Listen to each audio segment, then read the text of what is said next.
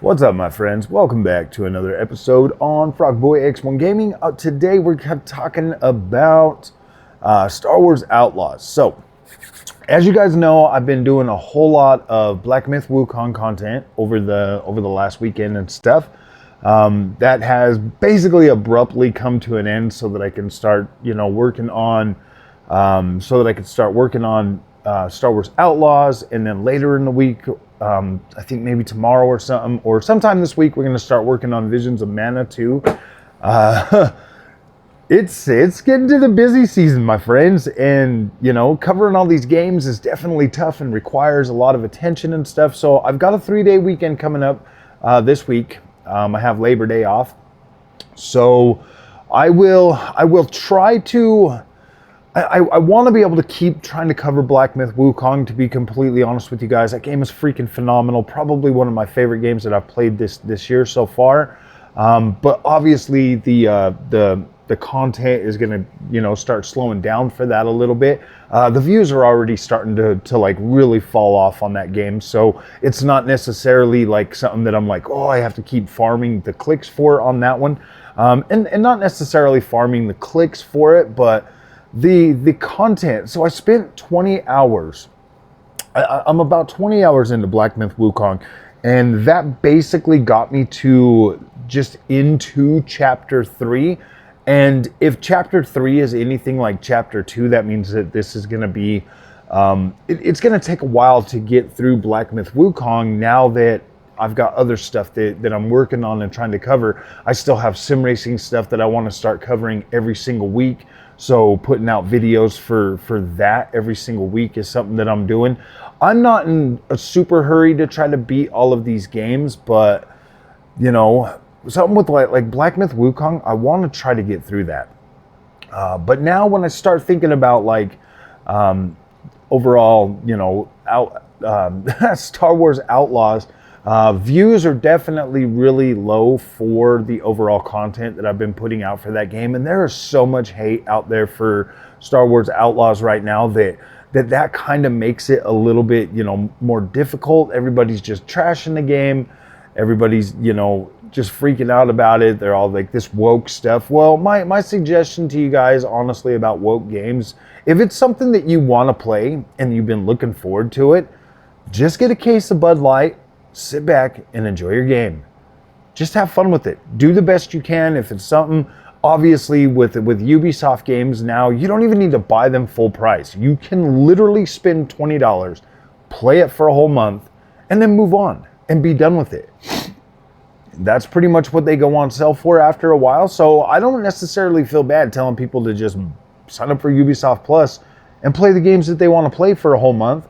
And if you like it, buy the game. If you don't, then move on.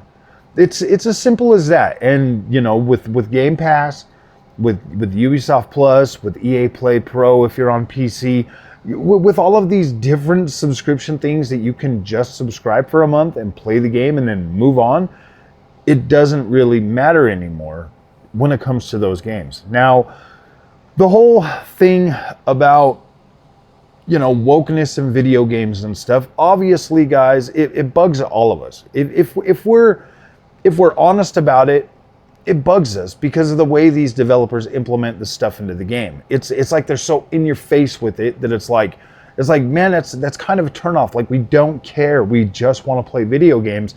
But for some reason, these developers don't seem to understand or get the point. But I'm pretty sure they're starting to listen, because the Concord guys, the people that are like, no, dude, they're like, Concord is probably the most extreme, in your face, this is what we're putting out, you better like it type game that we've seen, period.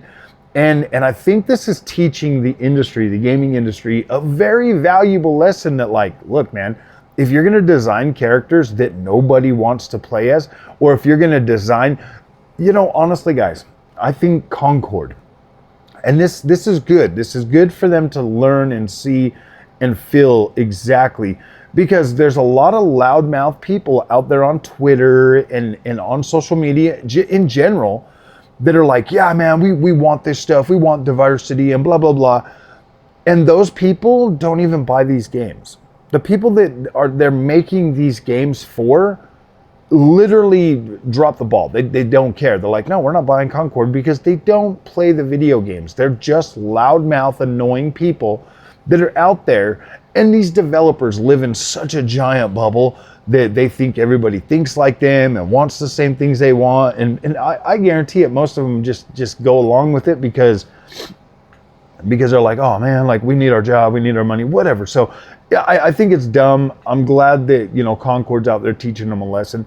Honestly, guys, I don't necessarily think that Concord is a bad game.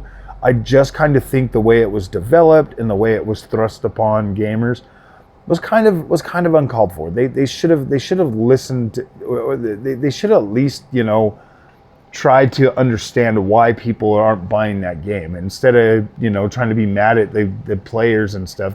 Understand like your audience and realize that, like, look, man, if people wanted that game, they would have bought it, and nobody wants to buy it. Nobody wants to try it. Even when it was in a free beta, nobody wanted to play it because it's so divisive and nobody cares. But then we also got Visions of Mana coming out this week as well. I'll be covering that for you guys. It's ARPG game. Been looking at that one for a while, wanting to try that. Obviously, I'm into Star Wars. We're just going to start getting these games back to back to back throughout the rest of the year, and I want to try to beat as many of them as I can. But I can already tell you that beating Outlaws in a weekend, maybe a 3-day weekend, I might be able to get through that. But I want to play Visions of Mana 2. I want to play both of these games. I want to play I want to keep playing, you know, Black Myth Wukong.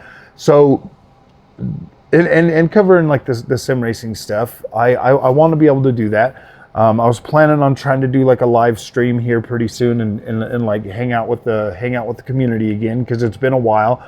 I've been kind of pulling back on the whole getting out there and live streaming and stuff, because, you know, I just feel like, you know, it's fun. I love doing it. I don't have like the I just don't have the time right now to do that. I've been doing like some other stuff. Believe it or not, I haven't been focusing every single waking moment of my life into the channel as much as I used to. I've been trying to, you know, figure things out and get better at creating content. Still make some mistakes, you know, like sound and stuff like that, but I'm working at trying to make things a lot better for the channel and for the community. Trying to cover games and do more gaming stuff instead of more of the PC tech stuff, because I'm pretty much at the end of my rope with the PC stuff until the next generation launches anyways. So and then we'll find out what's going on with that. But yeah, guys, Visions of Mana, freaking Star Wars Outlaws, some more Black Myth Wukong, but that's pretty much the goal or the plan, at least throughout the next week. You know, today I'll come home, I'll put out, you know, some more content for Star Wars Outlaws.